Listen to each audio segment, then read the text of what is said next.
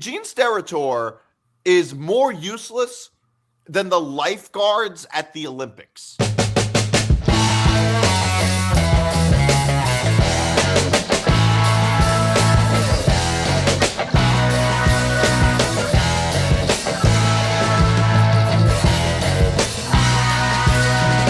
Hey, what's up, everybody? This is another edition of Moving the Goalpost. You could follow us across social media at MTGPETB. You can follow the Empty the Bench Network across social media at ETB Network. You can follow me on Twitter at Nick DiMart, Johnny at Montalbano NY on Twitter. You can watch all Empty the Bench shows on youtube.com/ETB Network, and you can listen to Moving the Goalpost wherever you get your podcasts, and wherever you listen, make sure to like and subscribe. All right, so I'm fine. I'm back this week, and we have to react to the AFC Championship games. I don't know which one to react to first, if it's the game that was unwatchable or the game that was amazing to watch. Seahawks. All right, you know what? Let's do Seahawks-Rams first. Oh, let's do it. Why not? Seahawks beat Rams. Seattle is going to the Super Bowl. Sam Darnold will now be playing. I think Sam Darnold is the odds-on favorite to win the Super Bowl this year. And you know what? I'll get to that a little later. I think we can talk about the game a little bit first. I think there was a lot of criticism of Sean McVay for how he coached. And I can't say I really agree with the criticism of McVay that much. I don't really think any of his coaching decisions were really all that bad. I think that it's easy. The problem with coaching, when people criticize coaching, is that they only criticize it based on the result and not based on how smart it actually was sometimes. And I don't really think passing the ball at the end of the first half was such a bad decision. I don't really think it was all that bad because they were winning the game with passing. That's their strong suit, is passing. And I just kind of feel like if they were running the ball a bunch of times, they would have been playing sort of like not to lose rather than trying to get a score at the end of the first half. That's kind of how I saw it. I didn't think it was all that bad. Just because Seattle played really good defense and it didn't work doesn't mean it's a bad play. That's kind of how I see it. Well, I see it the exact same way. I totally agree with you. This is a game, there's a game, the two games that we'll be talking about, there's one where you can absolutely talk about coaching, and there's one that I don't think it warrants it. Yeah. This is one that doesn't warrant it. I mean, you have the MVP of the league, who actually played great, and it's crazy to think the two losses that he had against the Seahawks this year, he played outstanding in both of them. I think that at the end of the day, what ended up happening was the Seahawks are the most, I think you can say probably the most complete team that was even in the playoffs when the playoffs started and the 12 teams started, they were the most complete team. And it's actually been working to Sam Darnold's benefit. A lot of the talk with the Seahawks has been about Darnold and the amount of pressure he'd be on. But this was a totally different situation with this 14-win team versus the 14-win team he had last year. The 14-win team he had this year had home field throughout, had an unbelievable defense, had great running play, which did take a hit in the divisional round, but in some ways it did, in some ways it didn't, because you had a red-hot Kenneth Walker. You had production from other guys. I know Charbonnet was a big loss, but this is a team that's got great defensive players, has got great receivers, has arguably an offensive player of the year guy there in Jackson Smith-Njigba, who made some unbelievable catches in this game too. So it's been a very favorable situation, and it's not like Stafford played bad. I mean, he actually played pretty well, but this was a very tall order for him. I think the only thing I could say, and I kind of regret this now, and maybe I should have thought about this more, was actually how high scoring this game really ended up being. That was my biggest surprise. I actually thought this was a game where both teams' defenses were going to be able to make some key stops, and I was totally wrong about that. This was a back and forth, high-scoring slugfest, a little bit of a loose game, and that's kind of what you like, especially after what happened in the AFC on the AFC side. I don't know. I wasn't that surprised because certainly I think of the Rams as an offensive team, and they do tend to get into shootouts late in games. So I was actually really surprised that, well, maybe I shouldn't have been because the weather wasn't great. But the week before, when in the Rams-Bears game, where I thought the game would go over, because both those teams tend to get into shootouts late in games. That's what I would have told you that the Rams were the most complete team maybe a month or two ago.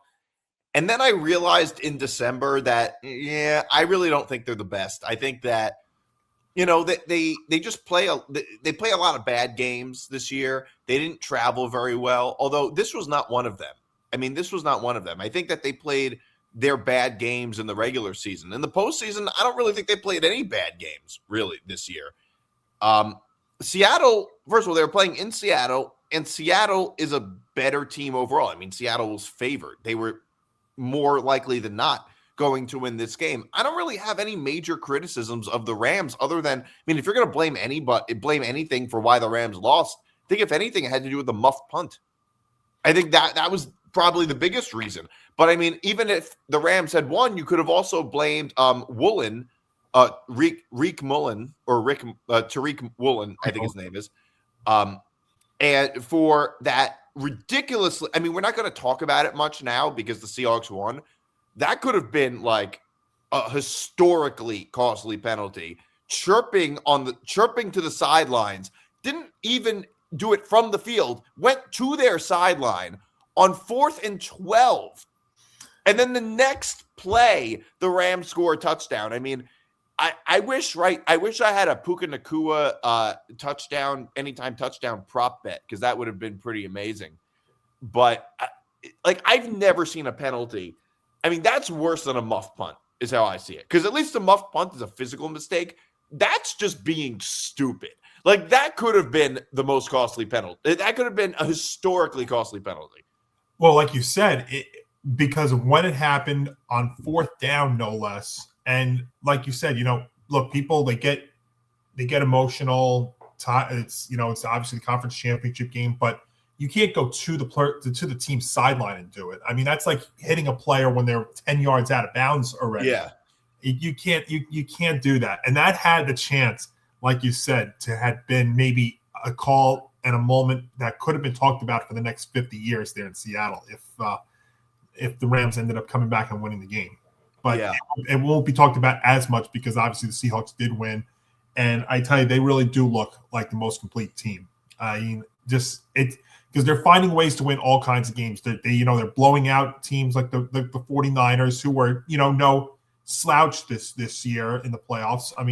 I know they were very banged up, but they blew them out. And it was everybody that did that. Sam Darnold didn't have to do much. It was special teams. It was their offense, it was their defense, and then this one, they're winning a high-scoring shootout. I shouldn't say high-scoring shootout, but high-scoring in terms of the playoffs.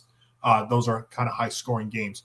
So that's why they really do look like the most complete team. Your only concern was really the health of Darnold, but I'll tell you, Darnold let it fly a couple of times, and Darnold did say before the game, or a couple of days prior, when he was still dealing with when they were still talking about the injury, that he was not going to be afraid to let it fly. And boy, did he sure fly on that team. And he was able to do that because that had been a weakness in the second half of the year for the Rams, was that secondary. And you saw that the Panthers put up 31 against them. I think the Bears could have, but like you said, I think weather ultimately ended up doing them in a little bit there too.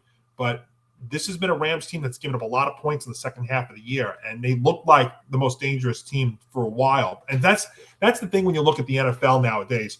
A lot of the time when we're playing these games, especially in the playoffs, it's a timing thing. A lot of the time it's not really. If you look at the NFL in the last several years, it's very rare to say that the best, quote unquote, the best team actually has won the Super Bowl.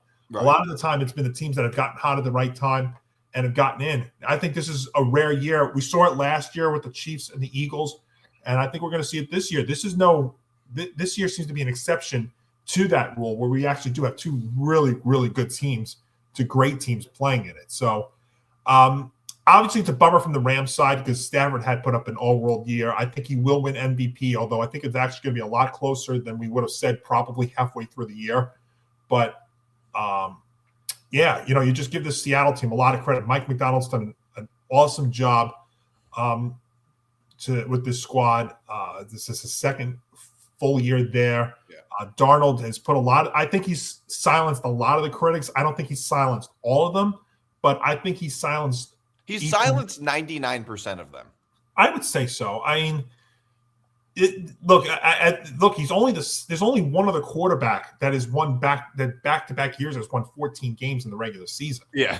So I mean, and you know what? I don't want to hear any, doubt or what ifs or whatnot with him, because look, you win 14 games back-to-back years, you've got to be good. It's not like you're not luck. There's no luck involved. There's a lot of skill and a lot of great play and a lot of great favorable systems. And Darnold's been in favorable systems the last 2 years too, but he's also done his part as well. So it's well, the thing is that I think that Sam Darnold and to some extent Geno Smith, although I not him as much, but certainly a little bit, and Daniel Jones this year has definitely disproven. I think it's made any honest football fan second guess how they view quarterbacks, because Daniel Jones and Sam Darnold, they just had their Sam Darnold's reputation was just sealed as a bust before he went to Minnesota. And last year was had to have been one of the 10 best quarterbacks in the league. And I think it's because it's not as much the case anymore because quarterbacks tend to stay in school a little longer. But when Darnold was drafted by the Jets, he was 21 years old. And a quarterback is the most important position on the field and also a position of leadership. And we had a 21-year-old expected to fill that role, even though he was super talented. He was still very young in a terrible system for any young quarterback. And we just expected that to work. It's part of the reason I'm okay with Dante Moore staying an extra year staying in college for an extra year, because look at how talented Sam Darnold is. And when he went to the Jets, how did that work out? And the Jets system now is even worse for young quarterbacks than it was then. So why would I be upset about Dante Moore going back to college? It's like it's written all over. Like obviously we know what's going to happen if he were to go to the Jets. So I just think that it's really proven that our perception of quarterbacks is very likely wrong. And I will never view a quarterback the same way that I viewed Sam Darnold, or even a quarterback like Daniel Jones. I will never view it that way because it was obviously proven to be incorrect. And systems have systems have a lot to do with how good quarterbacks seem. And not just systems, but just factors outside of the quarterback that have nothing to do with the quarterback that influences winning. I mean, people often talk about football games as if it's quarterbacks playing each other one-on-one. But that to me is just so lazy. That's not true. We've seen quarterbacks win games without doing anything. And we've seen quarterbacks play amazing and lose games. We've seen it. So I always thought that was really dumb. A lot of Jet fans are upset about this, but I don't know. I think most Jet fans seem to be rooting for Darnold. It seems like especially because they're playing New England. But if anything, I root for the thing that makes the organization look bad. That's how I see it. I want Sam Darnold to win a Super Bowl. If it were up to me, it would be a Darnold Rodgers Super Bowl, just because it makes the Jets organization look so bad. And I think that's good. I want the organization to be embarrassed. We all hate the organization as Jet fans. I think that would be good. But if there's any team that should really feel bad about it, it's the Vikings. They are the dumbest team for moving on from Darnold. They won 14 games with him last year and decided, yeah, we're better off without him. What were they thinking?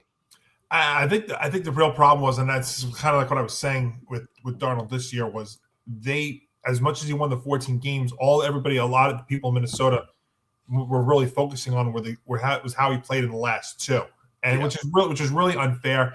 And then also when you have JJ McCarthy, and remember they traded up with Jets to get McCarthy 2 years ago, so you can't. So they're trying to justify they were trying to justify the McCarthy draft choice by doing that. Of course, obviously it's second guessing it now, but that's I'm sure that's what they were thinking. And McCarthy had shown signs.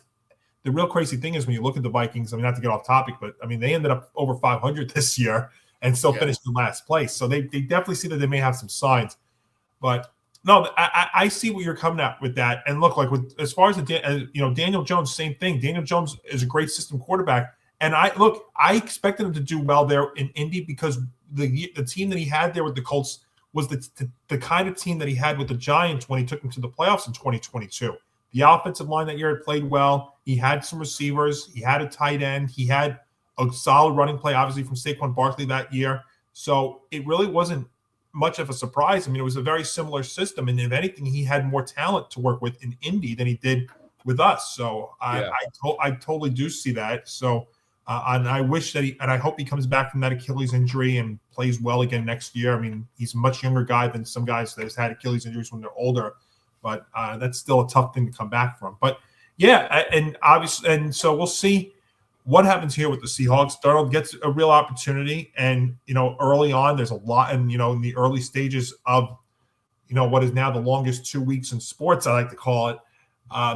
Obviously, the Seahawks are the favorite, and there's a lot of people that are thinking the Seahawks are going to have a real good shot here. But I'm not really ready to say that yet. But we'll dive a lot more into that next week for sure. Yeah. But imagine looking at the draft in 2018 and saying the first quarterback to win a Super Bowl is going to be Sam Darnold. Imagine saying that to Jet fans 5 or 6 years ago. That would have been unfathomable. It wouldn't have made any sense to say that. And yet there's a good chance that could happen. In fact, more like I said, more likely than not, according to the Vegas odds. Here's the thing, and you're right about what you said about the Vikings and people second guessing it, and it's true. It's obviously easy to say it now in hindsight, although I was saying it at the time. I was saying it a year ago when they decided to move on from him, and even from the perspective at the time, what was the likelihood that JJ McCarthy would be the player that Sam Darnold was, that he was going to be able to win you 14 games. I mean, stick with JJ McCarthy for 5 years.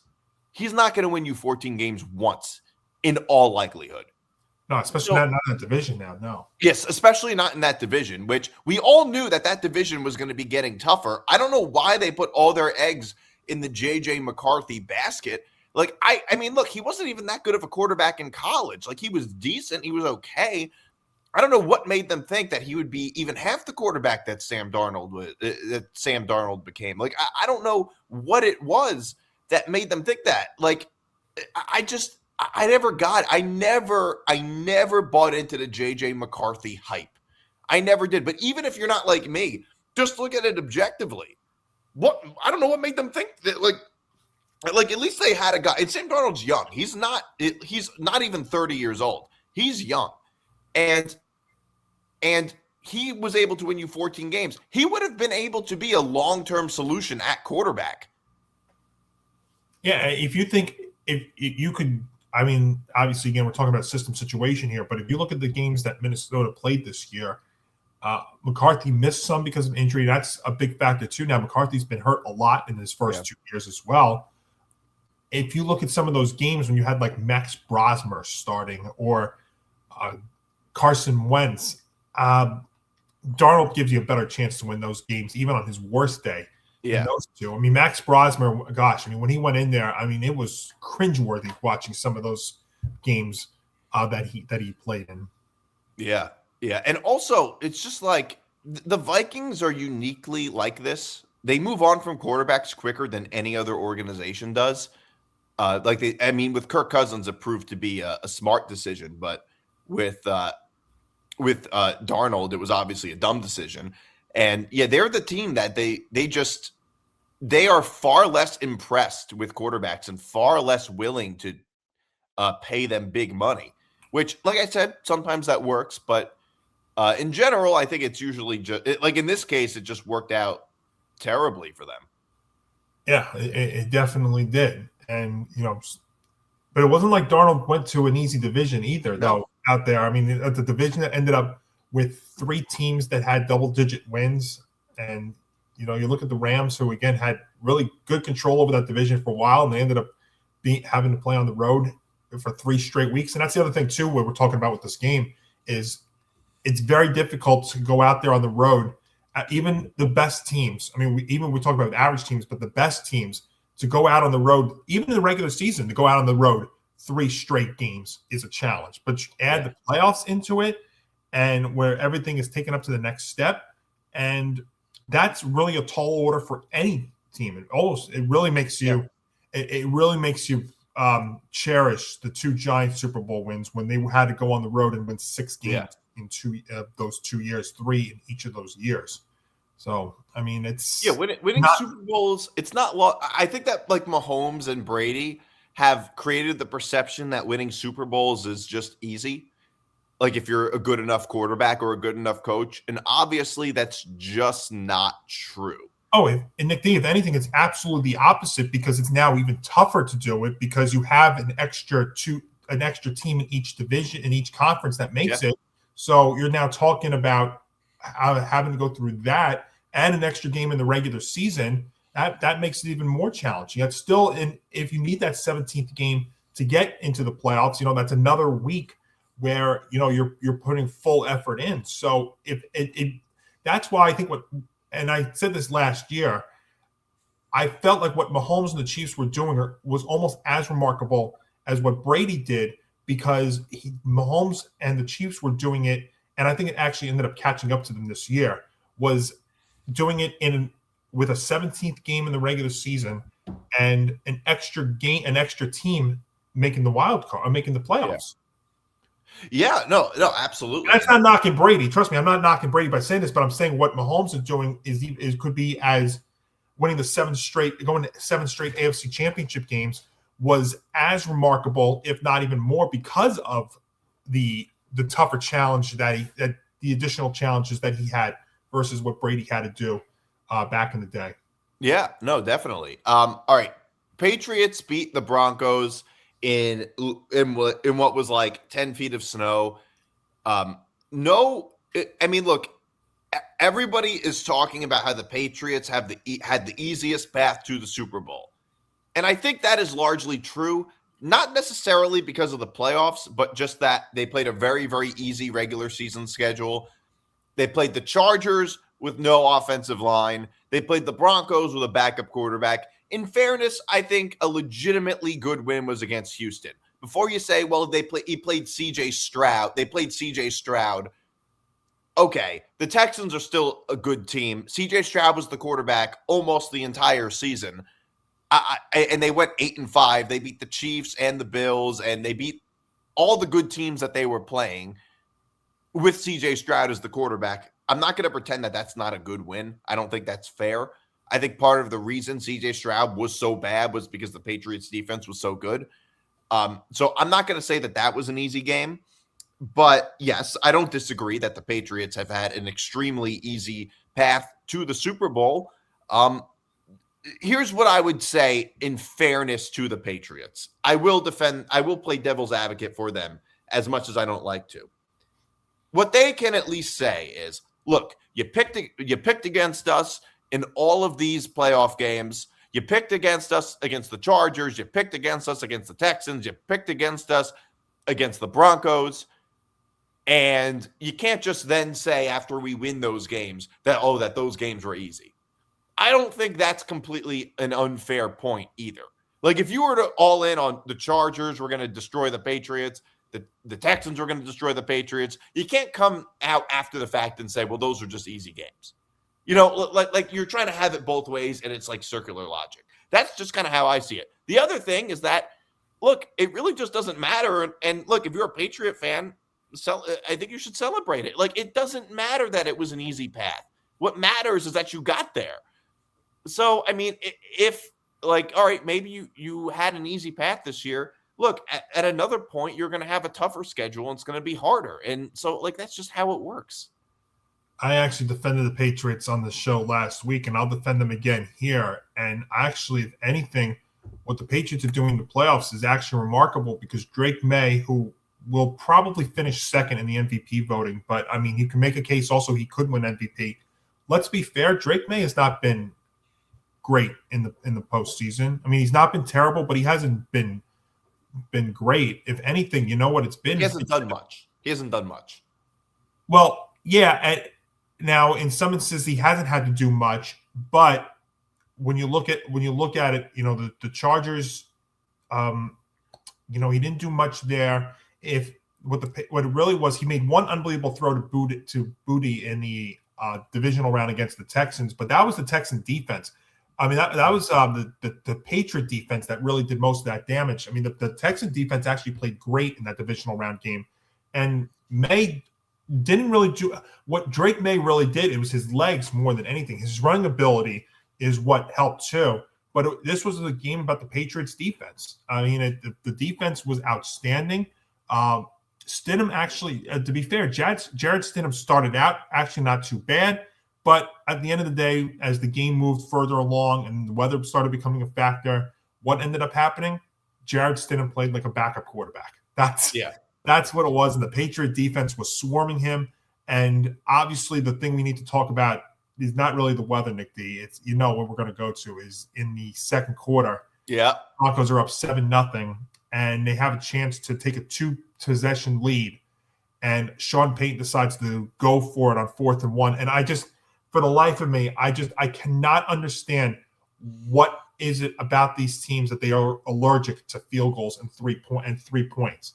And is it analytics? Is it like this weird new trend that coaches want to be aggressive? They want to be the new Dan Campbell? I think that's part of it, but you have to understand the situation here. And I have to imagine, and I didn't hear Sean Payton's answer, but I have to think that these guys knew that the Broncos had to know that weather was going to be a factor later in this game. So when there's no elements, up 7-0, and you have a backup quarterback starting for you, how do you not? And your defense is great, and your defense actually played really well again. I mean, Pat Surtain, they were trying to. Drake May was trying to throw at him all game long, and Surtain was playing outstanding. And they have also a bunch of other guys there too that were getting to May a lot against that Patriot offensive line, which is why I'm concerned about them going into the big game in 2 weeks. But I mean, when you have a backup quarterback, you have that all-world defense, and you're home, no less. You are home. How do you not take a field goal there and go up 2 scores? Yeah, and this is not second guessing. This. You know what this is? It's obvious. It's obvious. It's common sense, which some teams in the playoffs have had no common sense about trying to kick field goals. And field goals, in some way, shape, or form, have made a big impact on this postseason. We saw it in the Bill-Jaguar game where Cam Little, who couldn't miss a field goal, missed one, which was critical. So not only is it teams that are not going for it, it's teams that are missing them or teams that are making them in critical times. I mean, it almost feels to the point where I wouldn't be surprised if it comes down to a field goal in the big game next week, in 2 weeks. But it's one thing if you're a field goal kicker misses a field goal. It's another thing to just make the bad decision to not kick the field goal. Yeah, and also that was, if I remember correctly, that 4th and 1 that the Broncos decided to go for, it wasn't like it was a half a yard or a quarter of a full yard. Yeah. So I don't get for the life of me why Sean Payton did that, and I felt like that Mike Vrabel ran laps around him. It's just and what a job by Vrabel on these guys. And again, the Patriots have done this most of the postseason, really, with Drake May, who has not been outstanding. It's not that he hasn't had to do much; he hasn't really done much, if anything. And we found out now that he's dealing with a little bit of a shoulder issue going into the game. But, I mean, he took off on some runs, escaping some pressure, and he was able to run his way through, and including that critical one at the very end there. But that's something to watch here as we go forward here. But that Patriot defense has stepped up in a lot of ways in the playoffs. I mean, they destroyed C.J. Stroud. They made life a living nightmare for Justin Herbert. That was such a bad matchup for the Chargers. And Jared Stidham was great on the opening drive. And then you know what Jared Stidham became? He became a backup quarterback. Exactly what he was. Yeah. Exactly what he was. But it's like, even if not for the elements, I would still think it's crazy to not kick the field goal in that situation. But when you factor in the elements, yeah, it's especially stupid to not kick the field goal there. You're having, look, this game was, it was like watching like an Iowa football game, like a Big Ten West football game. Like, that's how little offense there was in this game. Like, neither team could really move the ball at all. In terms of like how Drake May played in these playoff wins, it's part of the reason why I don't like to obsess over playoff wins for quarterbacks. Like, wins are not a quarterback stat. I think it makes a certain amount of sense because we see quarterbacks win playoff games without doing jack shit. Now, that's not in any way a knock on Drake May, because he could have screwed it up. A lot of other quarterbacks would have not won these games. I'm not disputing that. But, you know, you look at CJ Stroud's 3 playoff wins and Drake May's 3 playoff wins. They didn't win the game because they had phenomenal games. They won because, largely because of their defense. Want to hear a crazy stat? In CJ Stroud's 3 playoff wins, his defense, the Texans defense gave up 32 points and scored 32 points. Oh, yeah. Did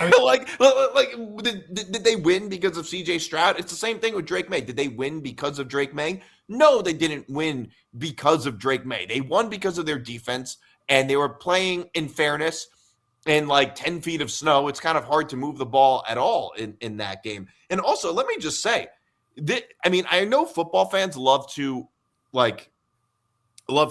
celebrate football being played in the conditions and all of that. But I got to tell you, this game was unwatchable. It was terrible. I'm watching the AFC Championship game, and it's completely unwatchable. It's terrible.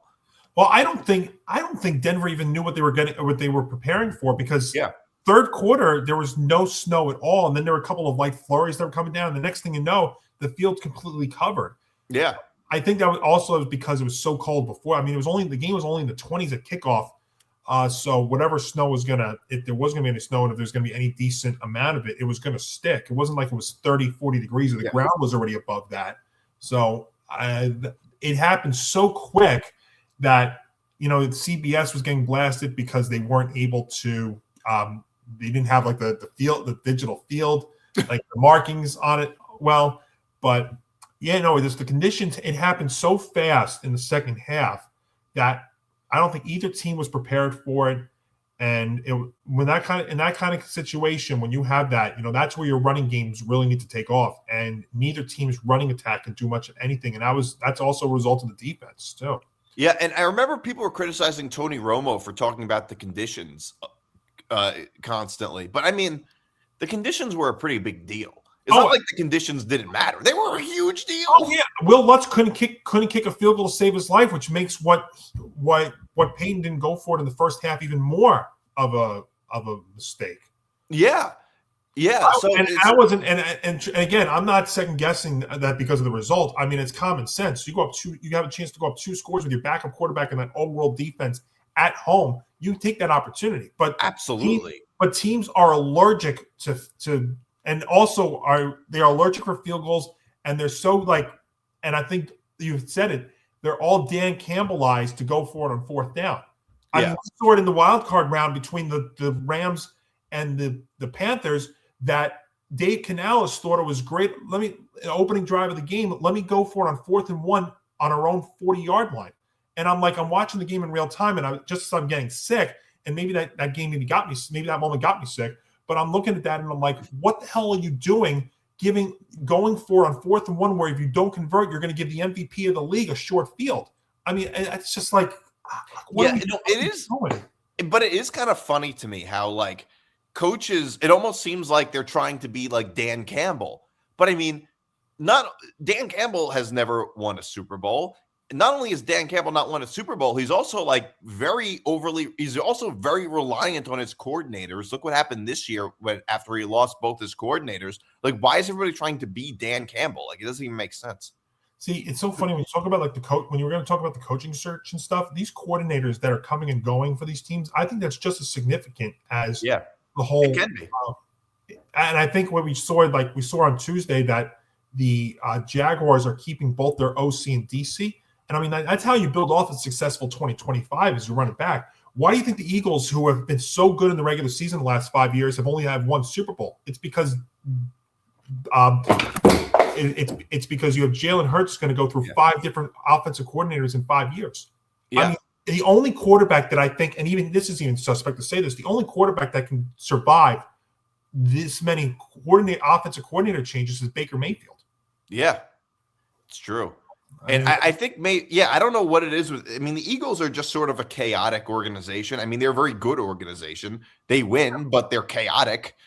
They have the best GM in the league, right? I mean, I say that, and I honestly say this as a Giants fan. He's the best GM in the league. I can't stand him, Howie Roseman, but I respect the hell out of him because of what he's able to do. But so the one thing we see now with both of these conference championship games is 2 teams that are entering the game with with unbelievable defensive play.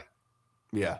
So I haven't checked the early numbers. By the way, this game, even before the game kicked off, this game screamed under from like the word go. When I saw it was at 42.5, I'm like, I would have flown up to a legal sports book and I would have put money down on that. That's how confident I was on that.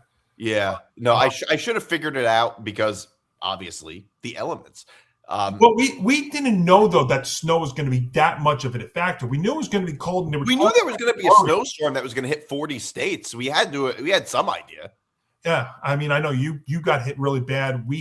There was ice just west of us. I mean, I got fortunate where I live here on the east side of Myrtle Beach, Myrtle's Inlet. But yeah, it's like 35 states. I mean, travel had been impacted so much, but I didn't even realize we're supposed to go through Denver too. But yeah, no. It's going to hit Denver. I mean, look, like I said, when it comes to this game, I am not I don't think every team should play in a dome or anything like that. I'm not saying that at all. I'm just saying it is weird to me how much football fans celebrate playing in the elements, which just gives us the worst games. Like that's the thing. Well, yeah. I was just going to say, though, you have old school people talking about this that are complaining about why we're playing, and then they're complaining about the elements, and then they're going to talk about the new school, and then you have the new school that says that everybody should be in a dome. You know why all these new stadiums that are being built are having retractable roofs or domes? Yeah, because they don't want to deal with this.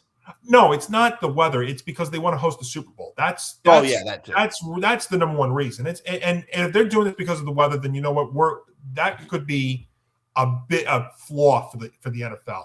I mean, look, in a league that doesn't have a lot of flaws, that would be a flaw. Look, I'm all for teams having retractable roofs. If they don't want to have retractable roofs, okay, fine. But I'm just saying, if there were a retractable roof in this game, we would have had a better game. It would have been a better product. I mean, it would have been a better product, but would we have had a little bit of a higher score? Would we have much more scoring than this? It was. Yes. I mean, I'm not saying it would have been a shootout, but there would have been more scoring. I mean, I originally honestly had this game like 20-10 when this started because I thought of because of both teams' defenses and the fact that you had a backup quarterback that played great on his opening drive and then morphed back into being a backup quarterback for the whole game.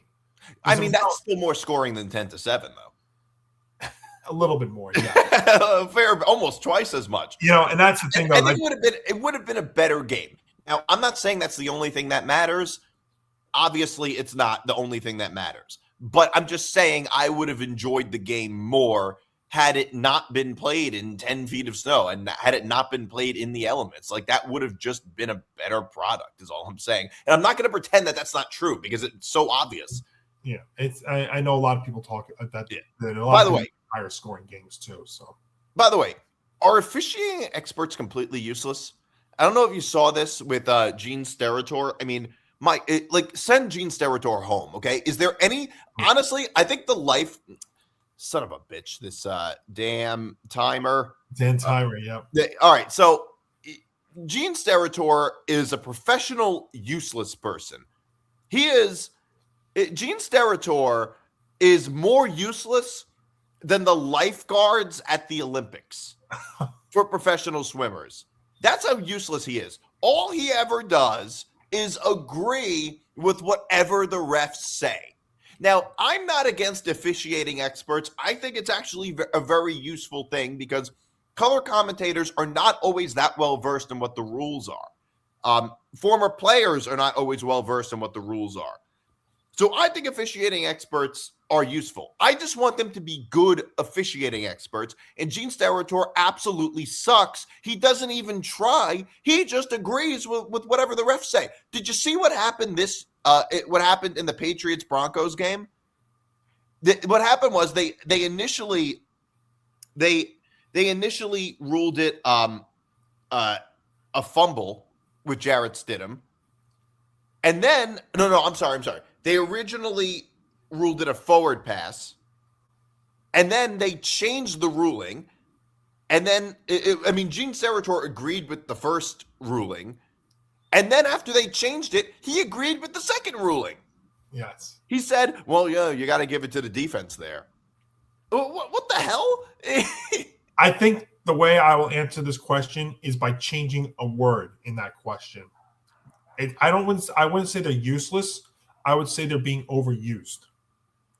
Yeah. When this whole thing started, this whole thing started with Mike Pereira on Fox, and he was great. And maybe it's passing by him a little bit because now they're including Dean Blandino. I mean, they have like two guys on Fox, but it started with him. CBS, remember, tried to counter that originally with Mike Carey. Then they went to Gene Steratore, but now every network has to have a rules analyst or something like that because obviously CBS is Steratore, and they use him for that and for college basketball too. So they use it because I think he was a college basketball referee too, but or an official. But they have him there. NBC's got Terry McCauley. ESPN uses Matt Austin, I believe it is.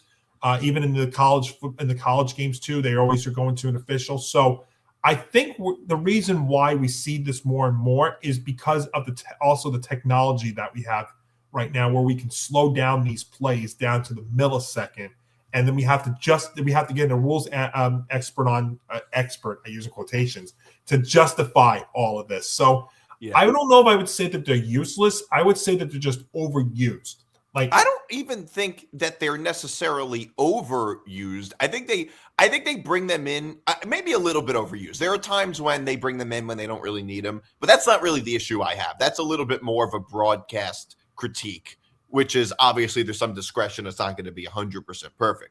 My only issue is that some of these rules analysts, they don't even put in any effort. And the truth is, they're not like doing anything most of the broadcast. They're almost like kickers. Like they sit on the sidelines most of the broadcast, and all they need to do is come in at certain moments for their rules analysis, which I think in football is very useful because football has a lot of complicated rules that even players don't even necessarily know. Color commentators don't necessarily know, which is why I think in football, rules analysts are useful. Like, I really think they're useful, and it's I think they're a little underrated. Like, having them is underrated, but I just want them to be good at it. Like, I don't want these rules analysts to just agree with everything the refs say. I want them to at least know what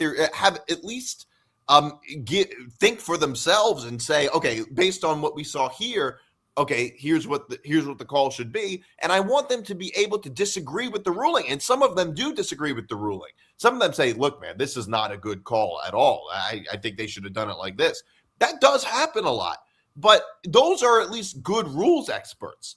Having a guy who just like Steratore, who just agrees with everything the refs say, after watching the same exact play 30 seconds later, then says, yeah, man, I got to agree with the refs on this. Like, what the hell? How does it's like he still is officiating. He's part of the union almost. Yeah, the union. But you would think that it's like maybe there's maybe like somebody like Steratore just doesn't ever want to show up the refs or say that they're wrong about something, which in that case, okay, fine, but he shouldn't be a rules expert then. Well, and the thing is also, like, because we're in the playoffs now, these guys will be, and especially like in the conference championships or maybe even the divisional round, because the networks will only get one game each. they will travel to the location and be like in the booth with the guys. So like Steratore will be in with Nance and Romo, and you'll see that all around because these broadcast teams only have one game. Like we'll probably see Terry McAuley in the booth with Tirico and Collinsworth there in Santa Clara at Super Bowl 60. Yeah. So I think I don't know about I don't know about useless, but I'd say overused is more the word. Yeah, it's really just that, like, I just have some standards. Now, I do have a question now that I wonder if this will ever be a thing. Will they ever have a kicking expert? Well, it's funny because I would have said CBS would have had that with Jay Feely, but now he's no longer part of it because I think he's running for Congress or something. So, well, he was a color commentator, but like, don't you think it's possible that you could end up having? They might end up having kicking analysts. And here's the thing, though. I think that they would be a little overused, but if you think about it, there is a certain level of perspective that a former kicker would have about, like, maybe if a team is setting up for a field goal, they talk about the conditions, but that affects kicking a whole lot. I think or if a kick goes wide right or wide left, they can talk about what went wrong with that kick. I think that actually could end up being a thing in the future. It maybe like in the playoffs or with a special game, like maybe like Thanksgiving or Christmas or something like that, with the top teams, I wouldn't rule it out. See, I think Jay Feely would have been that guy because because I actually think Jay Feely would have been perfect on that game Sunday because he would have been able to talk about how do you kick in those elements. Right? No. He used to be there, but he would have been with the guys normally because he's usually in on those postseason games with the top unit on CBS. But because he's no longer there and he's running for office, that's why he wasn't there. Yeah. And we need to get one of the networks needs to hire Sebastian Janikowski. That's you can only really get a former kicker to do it, but being a kicker is almost like playing a different sport, basically. Yeah, you need Sebastian Janikowski for the field goals and stuff, and you need and I'm gonna make us feel a little bit better, Jeff Fiegels for the punting and stuff. Because boy, he could down one inside the 5 better than anybody back in the day. So I would go with him. But it wouldn't surprise me. But boy, I'll tell you right now, if that's the case, Nick D, yours truly is going to be reading a lot of names on future football shows in the fall. 5-person booths and 5-person specials. Yeah. Well, I have to address some things that happened when I was away that I didn't address last week that I really wanted to talk about. So we have to talk about the Bills, really a few things. The Bills Broncos game. And obviously there was a lot of controversy in that game. One of them was the Brandon Cooks catch or no catch. I know it feels a little stale, this topic, but I feel like I have to address it. And look, I was really biased in favor of the Bills because I bet on them. I'm a Jet fan, but I don't really hate the Bills because I don't know. I mean, the only team in football that I really hate is the Patriots. That's it. The Bills were never good when the Jets were remotely relevant, so I never had any reason to hate them. But I had the Bills in that game, I think +1.5, whatever it was, basically a pick 'em. And my issue with this call is that it seemed like they didn't even review it or spend much time reviewing it. The amount of time that officials spend reviewing the most useless things in like the most useless calls in the regular season with the amount of time that they waste. It seemed like they didn't even put in much effort at all to even look at this call. Now, I thought it was a catch. I think it was a catch. But I can understand if they didn't want to overturn it because the original call on the field was an interception. I think it's hard to justify how that's not a catch, especially when the next day there was a play with Devontae Adams that was very similar. I mean, he had the ball and was down. it's a little hard for me to say that that's not a catch. And of course, Gene Steratore just agreed with what the refs were saying, and he even tweeted it out to like he might as well just be Gene Steratore might as well be like all the refs' lawyers. Their lawyer, like what the hell? Head of the refs union if there ever was. Yeah, of course. Gene Steratore, like he put out a tweet and was like, the slowing down actually makes it harder to see what happened. I'm like, yeah, this is not the hill to die on. Come on. But I think it was a catch, but I can understand why you might say it wasn't a catch. But like, why would you not spend a little more time reviewing it? It was maybe the most consequential play all year. And they look at it for like 5 seconds, if at all. So I'm just like, why? Like, what the hell is going on? Yeah, especially when it's a turnover, when all turnovers obviously are reviewed. But they did, and it was a very, very quick one, which I never got why they wanted to move it along that quick. Yeah, something that specific, that critical too. Yeah, I mean, yeah. Go ahead. No, I was going to say because as much as you want to, and then the thing is also though, like. I know you want to talk about that, but as much as it was about that, remember there was 2 key pass interference plays, which people were also complaining about in that game too. But those were absolutely the right call. That the 2 pass interference plays on the Bills defenders. I think right afterwards. I think the first pass interference call was terrible, but I thought the second pass interference call against Tre'Davious White was the right call. But even with the first pass interference call, there was also a roughing the passer. So it almost didn't matter that much anyway. It was a little bit of a soft roughing the passer, but there was a roughing the passer. So it wasn't even so. I mean, look, I think the Bills' defense, like everybody's talking about Josh Allen. And look, Josh Allen I wouldn't say he played a terrible game. He just had some really key mistakes, is how I would put it. He had 2 really. I mean, the first fumble at the end of the first half was everything what not to do. It was such a bad fumble. It almost looked like he was trying to lateral forward, like he was trying to lateral the pass. I don't know what he was thinking there. That was a really stupid decision. And then fumbling in the second, like you have to be more careful with the ball. That being said, I don't think it's only, and there were also a few plays where, there was a play where he could have sealed the game and he made a terrible throw. There were a few key moments where Josh Allen was terrible. There were also some moments where Josh Allen was amazing and kept them in the game. So I want to be fair with Josh Allen because I don't think it's fair to only look at the negative when there's a lot of positive too. And which kept, I mean, look, the week before Josh Allen won them that game. I am not of the belief that Josh Allen is a bad playoff quarterback.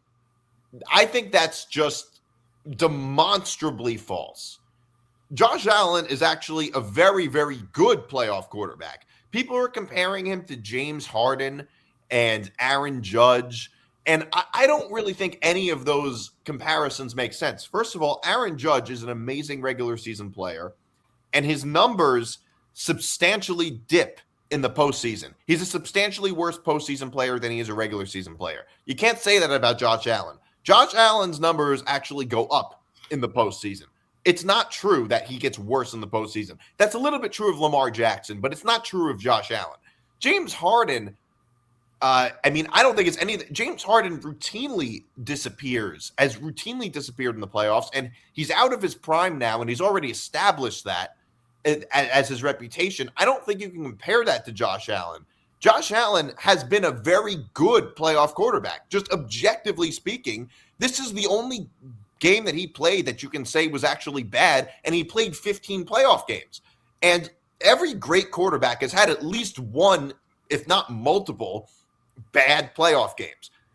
Look, do people forget what happened with Peyton Manning when he played against the Chargers in 2007, or when Brady got blown out by the Ravens in 2010? I mean, look, those performances I think were substantially worse than Josh Allen's performance. So I think a lot of this Josh Allen criticism is just a little bit of a recency bias, and it's not looking at the big picture. Oh, the big picture also is that if it wasn't for Josh Allen this year, the Bills would have even been close to even being in that playoff spot against the Broncos. I mean, this was one of the worst teams that he's ever had. And without him, the Bills are probably a 4 to 5 win team this past season. Yeah, and look, don't get me wrong. Him making bad mistakes, I think absolutely deserves to be criticized. I'm not saying that should ever be ignored. that should be taken into account, but so should the whole picture. Like, I can't stand like just zeroing in on one side without looking at the other side also. Like, that just doesn't make any sense to me. It's like saying, it's like when Met fans blame Carlos Beltran for the NLCS loss against the Cardinals because he struck out looking, but it's like they wouldn't have been there without Carlos Beltran. And there were so many other things in that game too. And then I think the person you want to blame them a lot with that team with the Bills this year is Bean, and Bean gets a promotion out of at the end of the year. Yeah, and McDermott gets fired. I think they just hired Joe Brady. Yeah, which I truly believe was a Josh Allen kind of move. I mean, you heard how Allen was going to have a big role in terms of who they were going to bring in, and the Bills were already behind the 8 ball and trying to get some of these big guys because they were interviewing late because they were in the playoffs. But yeah, this to me had a lot to do with Allen and Brandon Beane. I mean, deserves the blame more than anybody. I mean, the fact that the team could not get a number 1 wide receiver for Allen, they could not improve that defense. The Bills are a team that seems like we talk about every year during the trade deadline, as you head towards the trade deadline, as one of those teams that has to go out there and get a player, get a receiver or a defensive player, and they don't do it. But when you look at the team in that game, I mean, their 3 best players, receiver or offensive wise, were James Cook, their running back, and their 2 tight ends. I mean, they had nothing in terms of receivers in that game, because whether due to injury or whatnot. So I still find it hard to believe that Brandon Beane, who probably deserves the blame more than anybody else, actually gets promoted out of all this, and that Kevin Pegula, their owner, comes out and basically says that that game was the reason why I decided to fire McDermott. I mean, maybe you could have made the case that the situation was growing stale there in Buffalo, which I think was kind of similar to what happened with John Harbaugh with the Ravens, and even though Mike Tomlin didn't get fired, but Tomlin with the Steelers, I think it was just a situation where things were just getting stale and you couldn't get to the next level. I mean, you want to talk about Josh Allen being in the most favorable position because he didn't have a Mahomes or Lamar Jackson or Joe Burrow in the playoffs. I think he was in a tough situation because of the way that the Bills were as a whole this year, with the way that roster construction was. Yeah. And I think all that needs to be taken into account. People always like mock the no help thing, but like, is it true? Because everybody who mocks the no help thing never, like, often with LeBron, which I think has largely been true. I mean, look, no athlete has no help their entire career. That usually doesn't happen. But like, people talk about like, oh, the no help thing with LeBron, and people mock it or whatever. But it's like, has that not been true? I mean, can you really argue that that's not true? Argue against it. Why you just mock it? Like, it's not that crazy to say that an athlete in this particular circumstance has no help. That's just true sometimes. That was true of John Elway for most of his career. He had no help. And only a handful of guys can elevate the guys that they have on their team as it is. I mean, Brady could, but I mean, it's few and far between. And that's like that in any given sport. Look, nobody's saying Josh Allen is Brady, or even like historically speaking, Mahomes. Like, nobody's saying that. Like, even his biggest fans aren't saying that. So I don't even know where that's coming from. Nobody's comparing him to that. But it's like, I can't stand the general narrative that, like, if you're a great player, you make your teammates better. And to some extent you do, but it's like in basketball, for instance, like LeBron's next best player when he made the finals the first time was Zydrunas Ilgauskas. Yeah. How much better are you going to make Ilgauskas? Like, what the hell? It's a media thing, Nick. I mean, you have these pundits that go on these shows, like these debatable shows. They don't look at that big picture. That's So that I think is the theme of the show. Look at both sides of it. Like, don't just look at one side, because it turns out that, like, we've seen quarterbacks win Super Bowls, like Brady in 2019.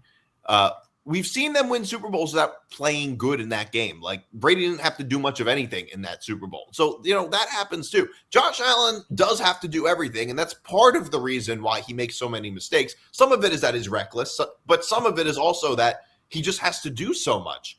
And that's how the Bills got into the divisional round, was because of that. Right. All right. I want to talk about this topic briefly. And it's a really good, here's the question. Are the Dodgers ruining baseball? And I just find this to be so crazy to me, especially coming from Yankee fans, that the Dodgers are ruining baseball. First of all, it makes no logical sense to say the Dodgers are ruining baseball. Baseball's never been in better shape. I mean, like, just objectively, everybody has their own opinion, but objectively speaking, baseball has never been more relevant. Baseball is far more relevant than it was a decade ago, nationally speaking, certainly, and it's always going to be big locally. Saying the Dodgers are ruining baseball, I think is, I can't think of a good analogy, but I don't see how you can argue that any team is ruining baseball when baseball's in great shape. Like, it just doesn't even logically make sense. It would be like, it would almost be like saying, is Mike McDonald ruining the Seahawks? Like, they're in the Super Bowl. Why would you make that claim? That makes no sense at all. So if they're ruining baseball, they're not doing a good job of ruining baseball. I'm not a Dodger fan. I'm a Met fan. But ultimately, here's how I see it. They do business better than the Mets and the Yankees are doing business. They're better at the game than they are. And maybe the Mets and Yankees should take a page out of their book and try to be a little bit more like the Dodgers. Like, the Mets and Yankees could do all the things that the Dodgers are doing. And people are talking about how this might result in a lockout. And maybe it will, because the players are not going to agree to a salary cap.